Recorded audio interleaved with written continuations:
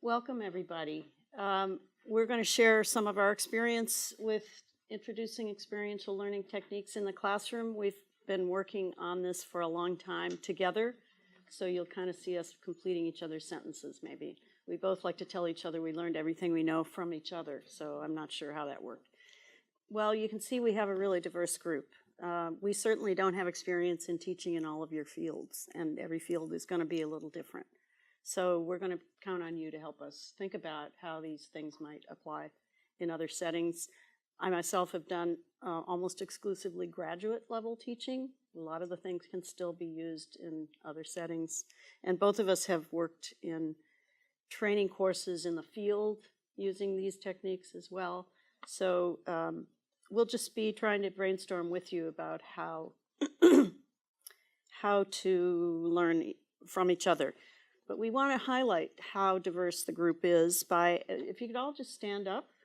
So that's another technique to get everybody to wake up a little. A really simple one. If you are from the College of Liberal Arts and Sciences, would you step forward? Step forward if you're in the College of Engineering. No engineers. Yes, go back. How about health? Didn't hear anybody from health. IFAS, there's some IFAS people. Education. And where are the rest of you that didn't step forward yet? Business and journalism. Okay, great. We've got quite a few different colleges represented. How many of you have been at UF for less than 5 years? Step forward. Okay, step back. How about 5 to 10 years? And how many of you have come to another one of these sessions before? Most of you. Okay. Those of you who work here especially. Okay, so why do you think we just did that? Yep. And you can begin to really highlight how diverse it is, what the differences are. We don't have anybody from medicine, but we begin to understand where people are coming from. Any other thoughts? So if you want people to be engaged and moving and speaking, the best way to do that is to start off with having them do that, instead of standing up there and giving them a lecture first. Anything else, John? No, just that idea. Research has shown that if you hear somebody else speak if you speak, you're more likely to speak again in a group, even if it's a large group, especially if the person next to you has said something. So that initial, just getting people to say anything at all really goes a long way to breaking the ice, even in large groups. So. Since we're talking about experiential learning, we're trying to model it. So we're going to be telling you why we're doing things and pointing out the little things we're doing. So the name tags, for example, that's really essential to be able to call people by their names and to learn people's names. And I just learned this last year. Get out a piece of paper, fold it over, and write your name on it. Bring it back next time. So that's a really easy way to get name tags done. So how many people, raise your hand if you've seen the experiential learning cycle before? Oh, not everybody. Okay, well, that's good. Okay. So this was developed by a guy named David Kolb. He published it in 1984, and he's one of the, in the US, fathers or parents of experiential learning and adult education. And his big thing was that the most important part of learning is to have people do things and reflect on it. That's how we learn. You do something, you reflect on what you got out of it, you apply it again, you do something, reflect on it. And this is called the experiential learning cycle, and I often introduce it to new graduate students as the perfect guide when you have to give presentations in classes, because it's a very simple thing that helps you think about how to debrief something. So very simply, the idea is you have an experience, which he called concrete learning, concrete experiences. Then you reflect on it. So what just happened? What did I just experience? Then you analyze it. So why did that happen? So you build sort of a concept. Then you experiment with it. So what am I going to do with that? And then you reapply it. Okay? So think about what Marianne just had you do. What did she have you do? It wasn't very long ago, so it shouldn't be that hard a question. Stand up. Thank you. Good. Okay, stand up. And once you were up, what did she have you do? She asked questions that you answered by stepping forward or not. Yeah, yeah. And then why did she do that? She asked us to think about if we do anything like that in our class, or first of all, why we would do something like that, and then if we've ever used models like this before. Yeah. And what did you feel like when you did that exercise? Okay, maybe felt connected. Anybody feel confused or anything else? Awkward? Excited? Anything? Very excited. Very excited. Okay, okay, okay. That's right. So you just gone through the experiential learning circle, which Marianne actually took you through before without being explicit about it. So do something. Have people then describe what happened. So what'd you do? And it can also include how did you feel about that, depending on what it is that you're doing. So it's not that easy a question to ask when it's a group who just stood up and took forward, but that's part of it. Then so why did you have that experience? Why was that done? What can you learn from it? And how can you apply it again? And this can apply to everything from something active, and a little bit later on in this session, we're going to do a little activity that builds on this. But it can also be used, as you might imagine, by watching a video, by reading a book, by talking to somebody, by reflecting about what you did this summer or over the weekend or in your group project, anything like that. But it's just a very simple way. And some of you I have been in class with, you know, we tell you this way when you go to class and you present stuff for your graduate seminar and you have to debrief it, just, you know, okay, what did you do? Marianne? Yeah, I just wanted to comment that when I used to teach by lecturing, I tended to start here with a concept. And I think this is sort of the scientific, you know, you have a concept, you do an experiment, then you reflect on it. And so it's starting at a different point in this cycle is part of what makes it different. And I always think about that now. So what is the experience we're going to start with? Rather than, even if what I want to get across is a concept, I start with thinking, how can we use an experience to get to it? And this is very much also a guide to engaging people, whether they're students, people in a project or in a group or an organization. Okay? And the reason we want to talk about this today and present these things is that Marianne in a second is going to talk about the program that we work with, which is really based, even as a program, on these kind of ideas. But the idea is that in today's world, it's getting more complicated. We're now at 7.6 billion people, right? That's more people who have to negotiate more things and figure things out. There's no need to tell anybody in the room how complicated things are in the US to everyone outside the world. And if we are not helping students learn how to interact and reflect and learn how to build on their own experiences and make connections with others, even if we're doing a wonderful job of teaching conflict management or whatever it is one teaches, we're not doing them justice, because when they leave this university and these walls, they're going to go out and have to learn how to interact with people and how to collaborate and how to help others learn. That's part of what we're doing. And this is not the key to doing all that, but this kind of model allows us to interact with students in a way that builds on their experiences and knowledge instead of just the banking method of, you know, opening the head and putting information in and closing the top of the head. Okay. So I was going to ask Marianne if she would briefly talk about the Tropical Conservation Development Program, because I think that will illustrate a little bit more why we're talking about this and what we do. Yeah, so we've been talking about the TCD program, and we, some decades ago, decided to try an experiment, which was to put biological science students and social science students together in the same classroom. And so back in actually 1979, we created a course on the Amazon region, which is my specialty. But the idea was just to have a focal point that we could address from the standpoint of ecology and also social and political and cultural issues. And so we started experimenting with having those students in the classroom together, and professors also, a lot of these courses being co-taught, and at the graduate level. So we were trying to do high-level discussions, but in a group that you didn't have any common foundation. And so over time, I began to learn how to work with a diverse crowd, a group like that. And a lot of it was taking a key concept and focusing on that without having to have a big theoretical understanding. And over time, we have begun to develop more and more classes. The Amazon seminar was taught for a number of years as the one interdisciplinary seminar.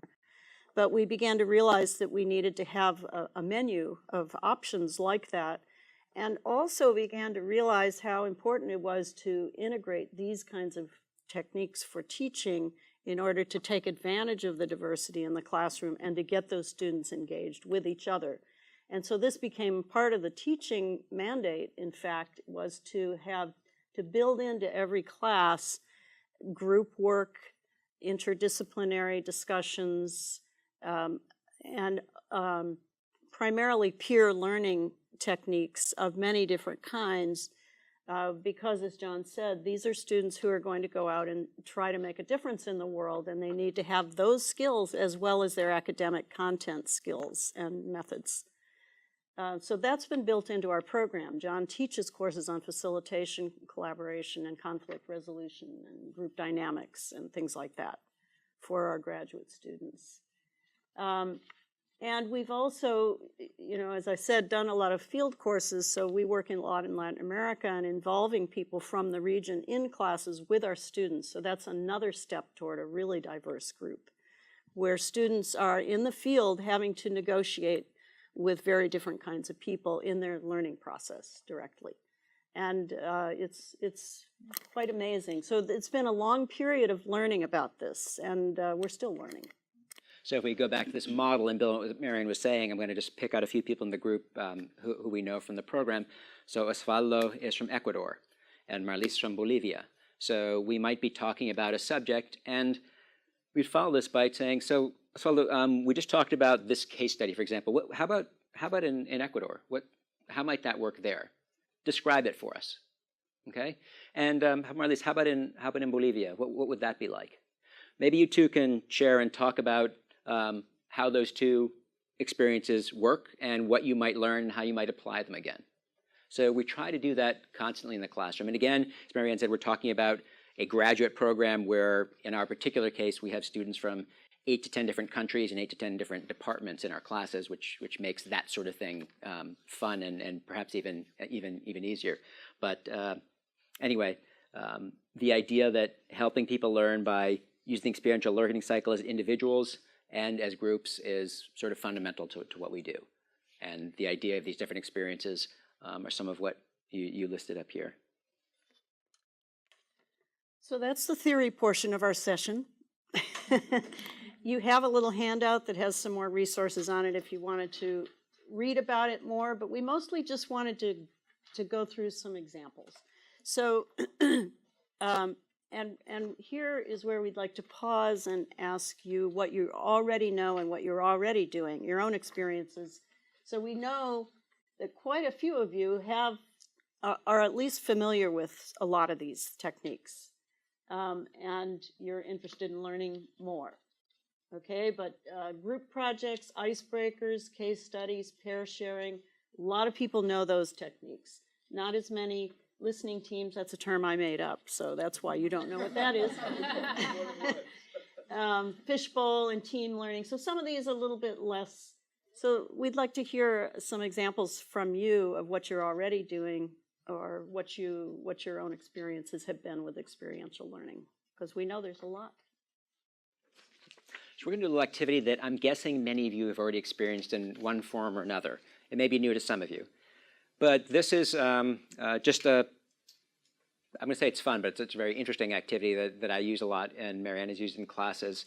And it's an activity that's used to help people think about values.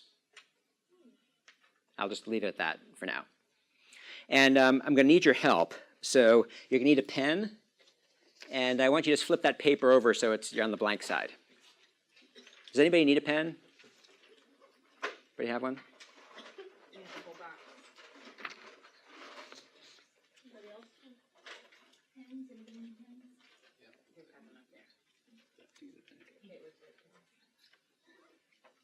Okay. So this is going to require you to kind of listen carefully and participate in this story. So this is called Drama by the River. And I'm going to need your help in illustrating it. So it's a story of human failing and conflict and things like that. It's called Drawn by the River for a reason. I didn't make this up. I originally got this from somebody in the Levin College of Law. I've been able to find out where it originally came from, just adapted it. But it's an interactive story, so what I need you to do is start out, since it's called Drawn by the River, by drawing a river on your paper across. And not a one-line river, like little parallel lines. So you just deliver. You can make it curved, straight, whatever it is, but across your page, draw a river.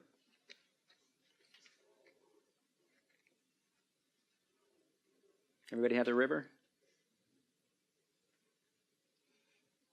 Great. So the drama takes place, as you might imagine, on the banks of a river. As it happens, the river is teeming with voracious piranhas. So go ahead and draw in some piranhas. And if you happen to be an ichthyologist and know that piranhas don't actually eat people, just pretend you don't know that. Okay? But if that really bothers you, draw in some bacteria too, E. coli or something, just so that you get the idea that people do not want to be in that river. Does everybody have the piranhas, the bacteria in the river? Okay, great. So on one side of the river live 3 characters in our drama, and they each live within their own hut or house. Okay? One is Abigail. One is Abigail's mother. And one is Luther. So on one side of the river, draw 3 little houses and label one Abigail, label one Abigail's mother, and label the other Luther.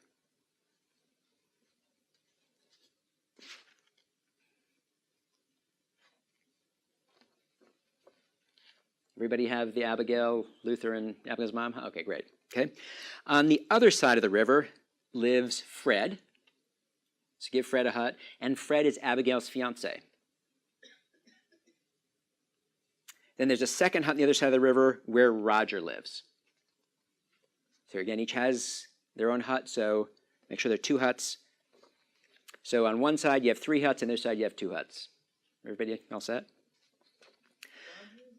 Yes, Fred and Roger are on the other side of the river, each in their own hut. And Fred is Abigail's fiance, which some of you may be wondering right now, what good is a fiance who lives on the other side of a river that's teeming with piranhas and bacteria, right? So as it turns out, there's a bridge across the river. So go ahead and draw a bridge in.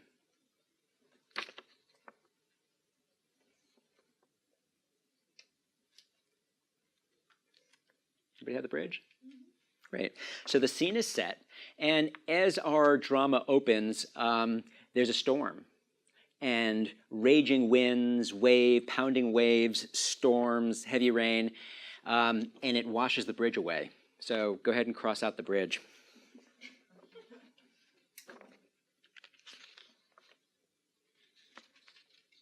Okay. Now, as it happens, Luther, remember him? Luther has a boat. So go ahead and draw the boat in. It can either be next to Luther's house or down by the river where Luther's house, but he has a boat.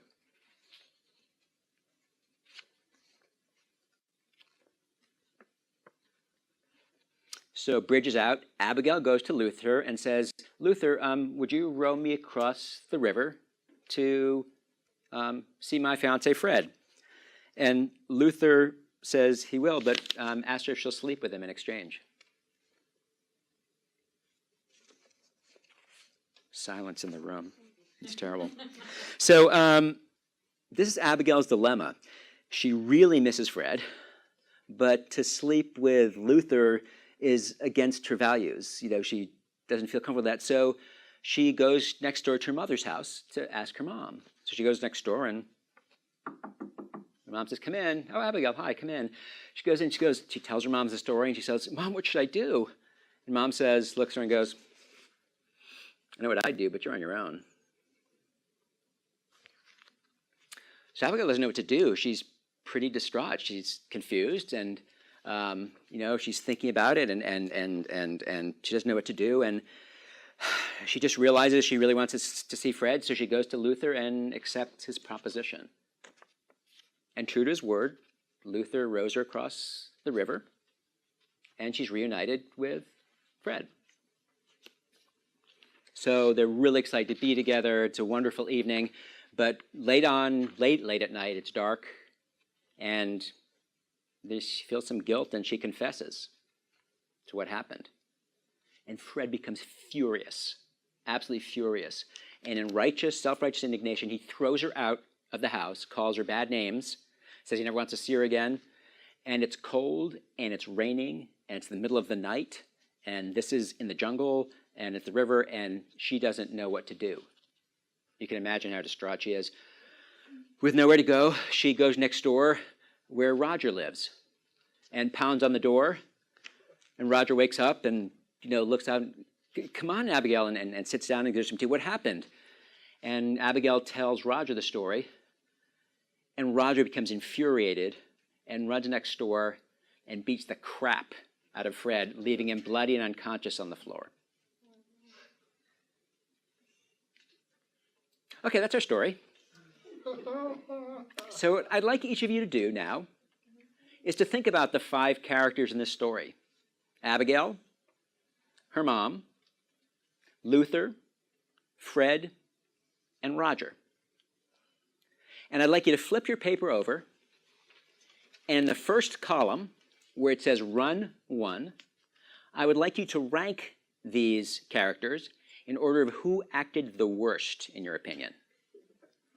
So whoever acted the worst, behaved the worst, in your opinion, give a 5. The one whose behavior was not quite as bad gets a 4, and so on and so forth, and there are no ties. Okay? So 5 is the worst. Yeah, so whoever you thought acted the worst, and this is, don't talk to anybody about it. Don't peek at, somebody else's.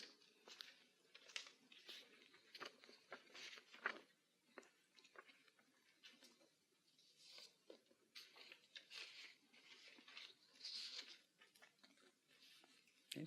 And when you have your rankings, go ahead and flip your paper back over. And then just give me that I'm done look.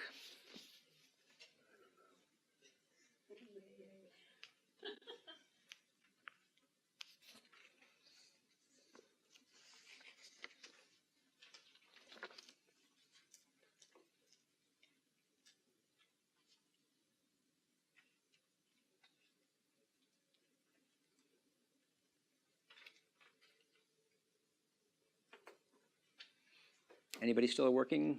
Everybody done? You done? Okay. What I'd like you to do is turn to the person next to you. So 2 and 2 and 2, 2, 2, 2, 2, 2, 2, and it'll be 3. And I'd like you to, in that second run, come to consensus with the person next to you as to what the order should be. And you can't just horse trade. You have to try to, this is about how you feel. You have to try to convince them of why you gave this person, that character, the number that they have, okay? The rank that they have. So go ahead.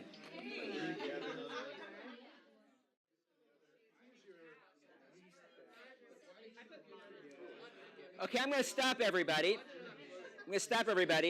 Because we're just going to make a point, do this a different way. I need 5 volunteers, and it can't be all men or all women. Could you please roll forward, Michael? Roll. Yeah, roll forward. And bring your sheet with you. Oh, bring my sheet. Yeah. Any other instructions? That's it. Just make sure you pull your weight in the group. Don't dump it off. I need some more. We need 4 more volunteers, please. Just go ahead and roll forward, Jamie. Fiona, come on and roll forward. Vanessa, would you come forward? Okay. And go, please, come on forward. And that's Anthony. Great. And we need you to sit in a circle. Hey.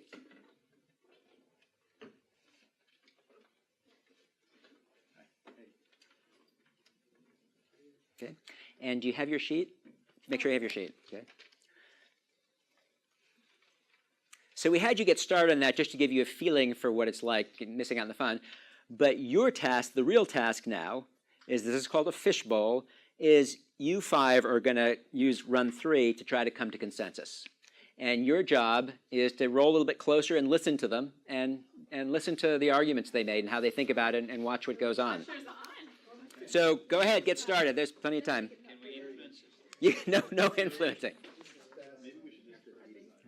So I'm sorry to say I'm going to have to stop you again. This is an exercise that usually takes an hour and a half to 2 hours. Just wanted to get you a flavor of it. But I'd like to have the whole group do a quick go-around. And I'm just curious as to how everybody ranked these characters. Okay? So raise your hand if you gave Abigail a 1. Did anybody give Abigail a 1? 1, 2, 3 ones. Did anybody give Abigail a 2? 1, 2, 3, 4, 5, 6, 7.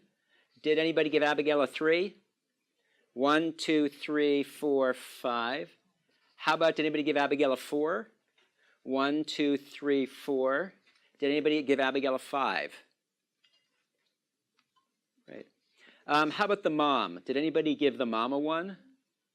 1, 2, 3, 4, 5, 6, 7, 8, 9, 10, 11, 12.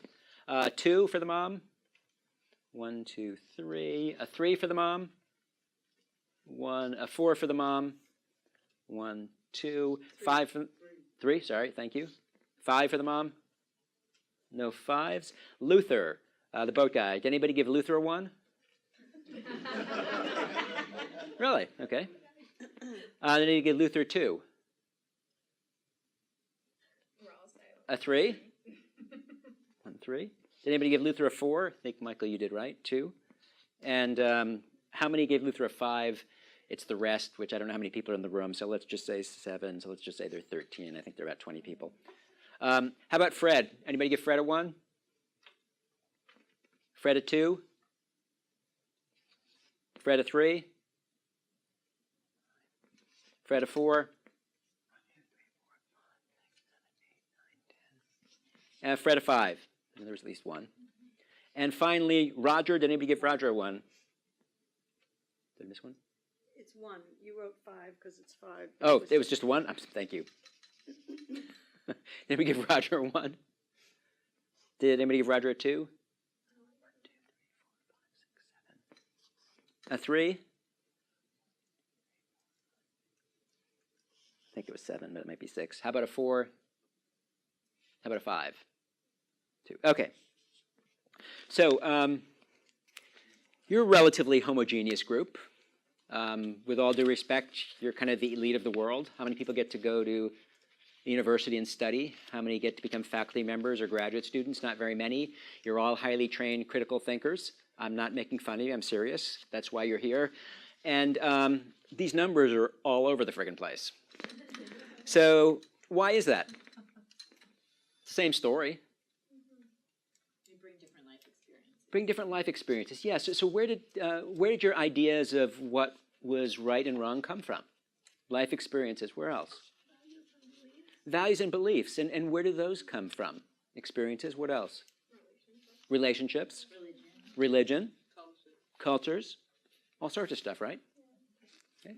How many people change their mind when they talk to either a neighbor or were in that group of 5 people? I didn't give you much chance, but quite a few. So why were you so sure that you were right when you made the listing?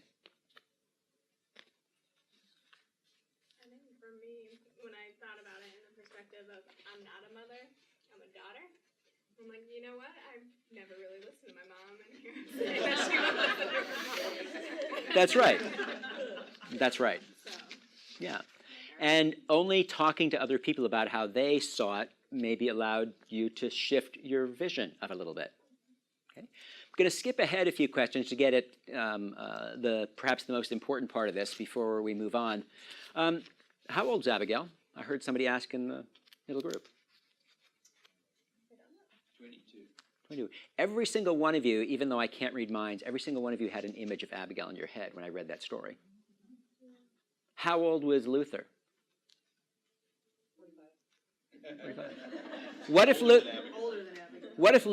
I told you Luther was 14 and Abigail was 40? Would that change how you would rank them? Not really. It would just be weird. Yeah. What if I told you, as Fiona sort of suggested, that Abigail was always asking her mother for advice and never, ever, not once took it, and her mom was just sick of it. Would that change the way you thought about things? What if I told you that Luther and the mom were once married and are now divorced? What if it was Fred in the boat and Abigail was on the other side and Luther propositioned Fred? What if Roger knew that Fred had been cheating on Abigail forever with all sorts of women? How would these affect how you thought about it? Okay. And the point of these questions is both to point out values and how they affect us, but also to point out how much we fill in missing information with what we know. So even in academia, no matter how much information we think we have, we never have enough, ever, ever, ever have full information. So we fill it in with our own biases, the way we think about things, and et cetera, et cetera. And the point is that we then launch from that into whatever topic we're talking about, whether it's conflict over deforestation, whether it's how a health program should be formed, whether it's a business plan, and you're sitting across from somebody and trying to sell them something. Everybody in those rooms is filling in missing information based on their values, based on their biases, and based on, I'm not going to ask anybody in here to raise a hand, but in any group this size, somebody has experienced violence, someone has experienced betrayal, everybody has different experiences with parents, everybody has different experiences with gender issues, etc. Okay? So that was Trauma by the River in a very short nutshell version. And we would then go on to have you talk about your experiences and what you learned and what you might apply from that exercise. Okay? And one of the fun things that often happens is many people will say, I can't wait to go home and do this with my partner and see what they say. I'm going to try to rank them. Okay? So I'm going to turn it back over to Marianne. Okay, we've got about 20 more minutes. And we wanted to take a few minutes just to brainstorm about how to develop more strategies for active learning. So flipped classrooms, blended classrooms, and ways to incorporate these techniques.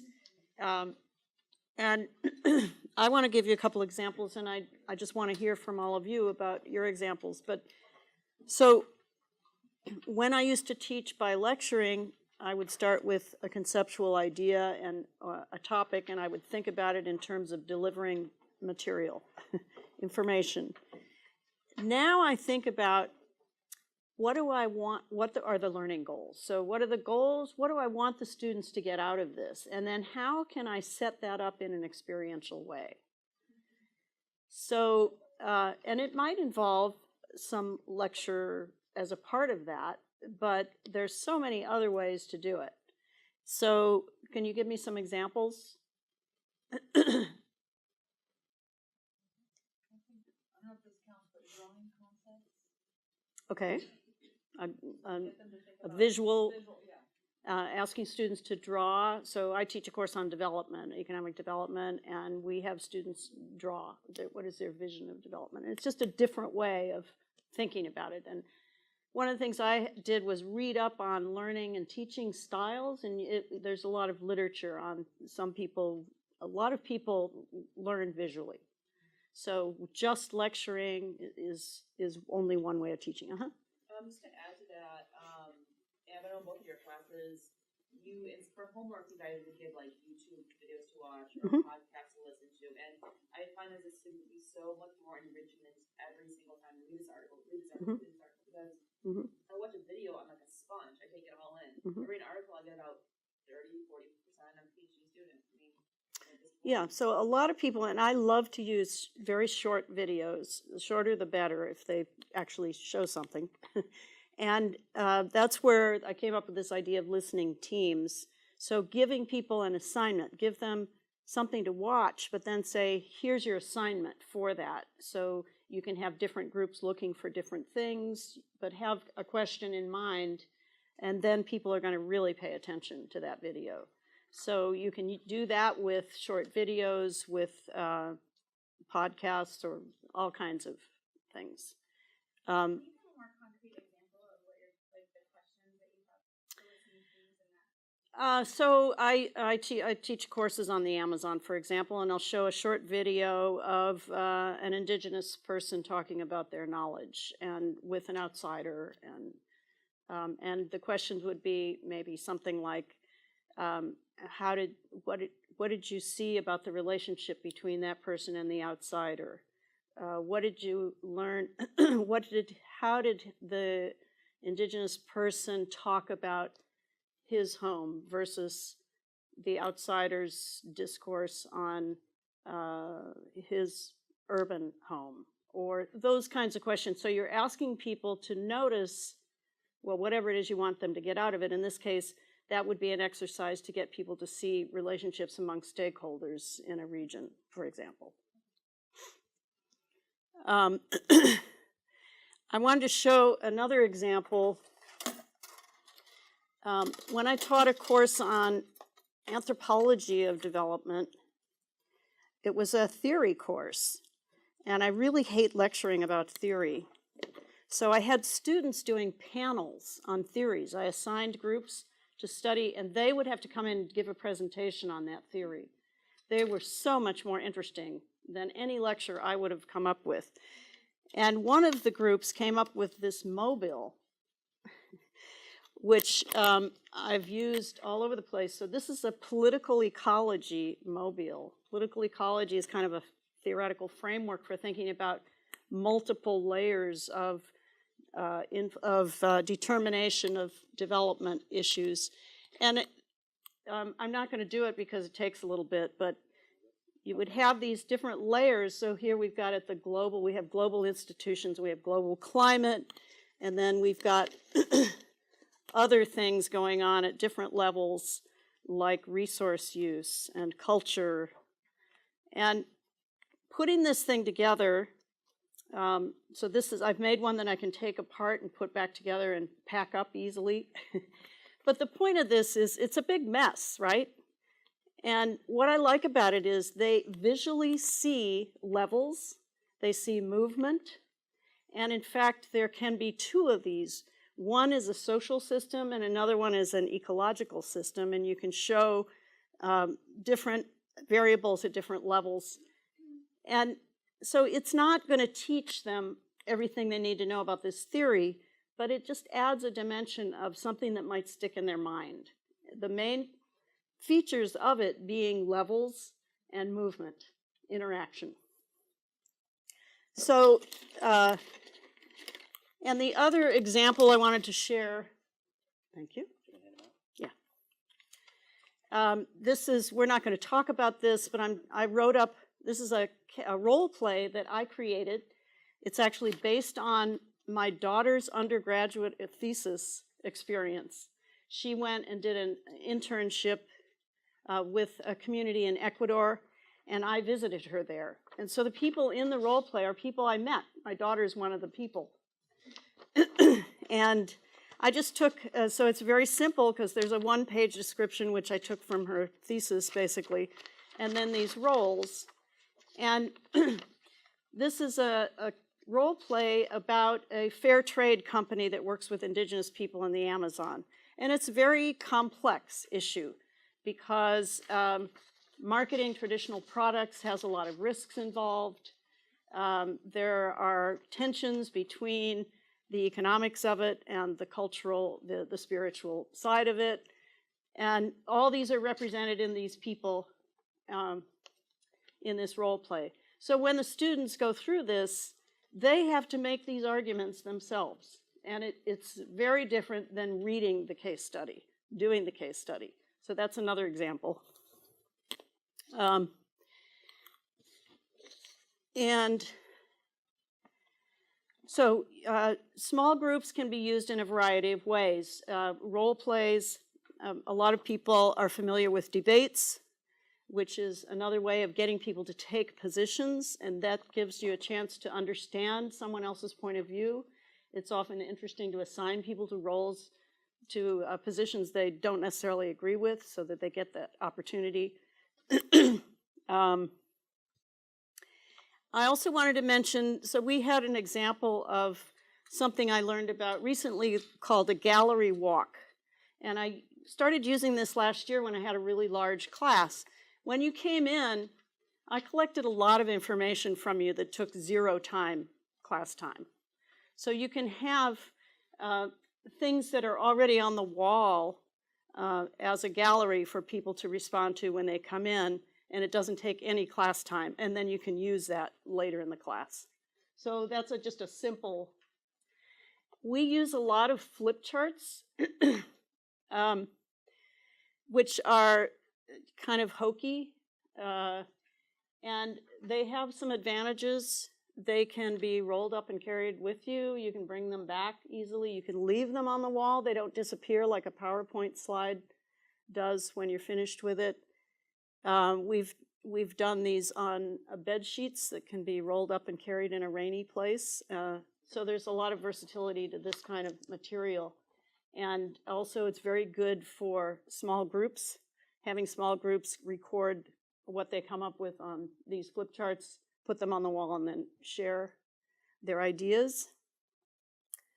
We've already talked about we've already done pair sharing. That's a really easy one. Caroline was talking about using it in her class. That's a very quick, easy way, even in a large group, to get people to talk about what they're learning.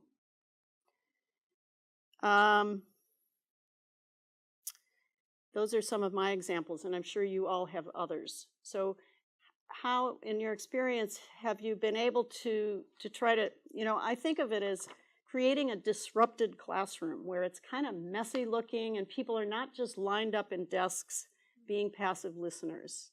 So getting people to move around and to have to engage and think about things, there's lots of ways to do it. Well, I want to thank everybody because you all had some great ideas too. We also learned a lot about how to deal with those peer groups and the online stuff. How to get teams, to be more accountable. Lots of good stuff. Anyway, have a wonderful weekend. If you're worried, you can take your name tag with you on the bus or in your car, and people know who you are. Thank you And very much. that.